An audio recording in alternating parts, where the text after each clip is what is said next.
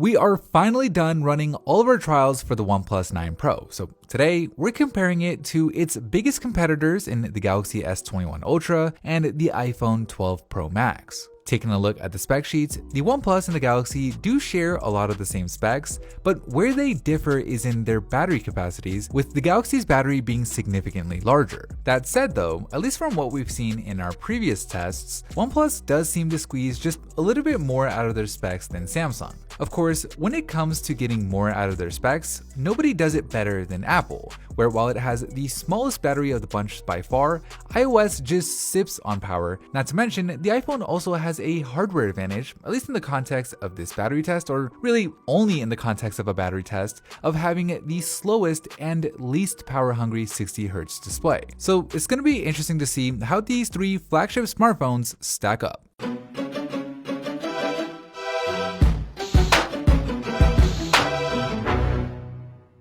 Okay, we'll kick things off in the phone app, where each of these phones is going on a 1-hour phone call, where the iPhone actually does the best, dropping by only 2% compared to the 5% drop on the Galaxy and a 6% drop on the OnePlus 9 Pro.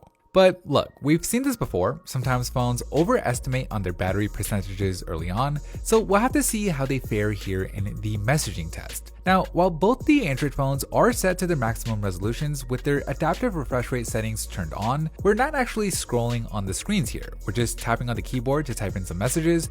So in theory, their adaptive refresh rate screens could be operating at a refresh rate that's actually much lower than the max rate of 120 Hz. And at least for the Galaxy, it seemed like it helped, with it doing the best of the bunch, dropping by just 6%, but unfortunately, the same isn't true for the OnePlus, with it actually taking the biggest hit at a 9% drop. Here in the email test, we're opening up the same set of emails, but this time we are scrolling through them. So at least during the scrolling, the Android phones should be operating at their higher refresh rates, but 1 hour later, it's actually the same result as the last test. The Galaxy does the best with a 6% drop, the iPhone does only slightly worse at a 7% drop, while the OnePlus comes in third yet again, suffering a 9% drop. So the OnePlus 9 Pro has dug itself in a bit of a hole here. It's clearly in third place with the other two phones well ahead, but we'll see if it can make up some ground here in the browser test, where the processors are actually being pushed with each phone having to load up the same set of websites every 30 seconds, where after 1 hour, while it didn't make up any ground, the OnePlus was technically more efficient than at least the Galaxy, since they both dropped by an equal 12%, even though the OnePlus has a smaller battery. But of course, in terms of efficiency, the iPhone takes the cake, dropping by only 8% despite having the smallest battery by far. In this Instagram test, we're not doing anything special, we're just scrolling through the home feed like you would in real life, where after 1 hour, the iPhone and the Galaxy both do really well, dropping by an equal 7%, while the OnePlus comes in at third again, dropping by 10%. As we head into the 16-hour standby, with the screens off for the entire duration, those 120 Hz refresh rates on the Android phones won't be a negative factor here, and as a result, all three phones do roughly the same, with the Galaxy doing only slightly better than the other two, dropping by only 9% instead of 10. But that wasn't really a surprise given that the Galaxy does have the biggest battery of the bunch, but we'll see what happens here in YouTube, where the phones are playing the same set of videos with the speakers on each phone calibrated to the same decibel count, where 1 hour into it, this time the Galaxy actually does the worst, but only by a little bit, dropping by 10% compared to the 9% drop on both the OnePlus and the iPhone. Going into the gaming test, I expect the iPhone to do the best here, given that it's only running at 60 Hz compared to the 120 Hz on the Android phones, which means that the GPU on the iPhone isn't being taxed anywhere near as heavily.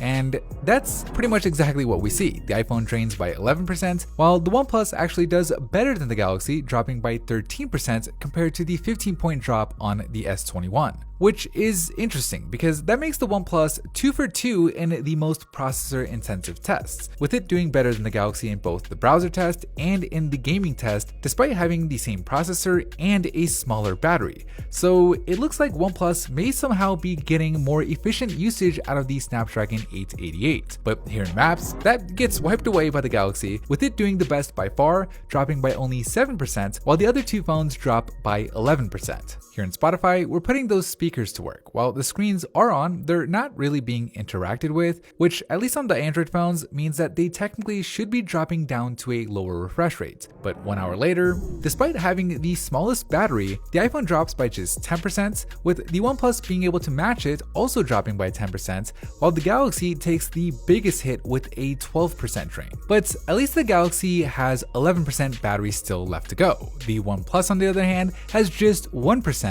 so it's on its last leg here, while the iPhone is sitting pretty at 18%. Now, this Snapchat/camera test is the most intensive test so far, meaning 1 minute in this test is not the same as 1 minute in something easy like messaging.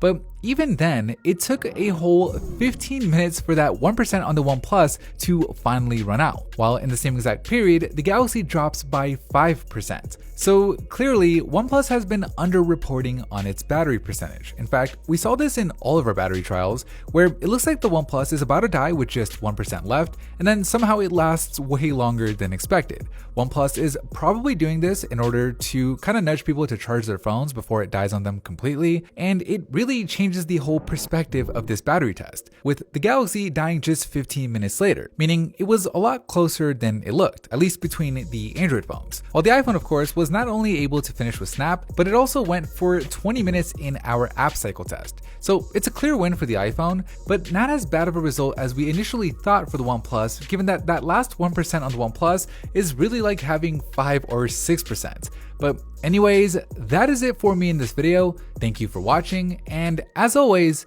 I'll see you in the very next episode.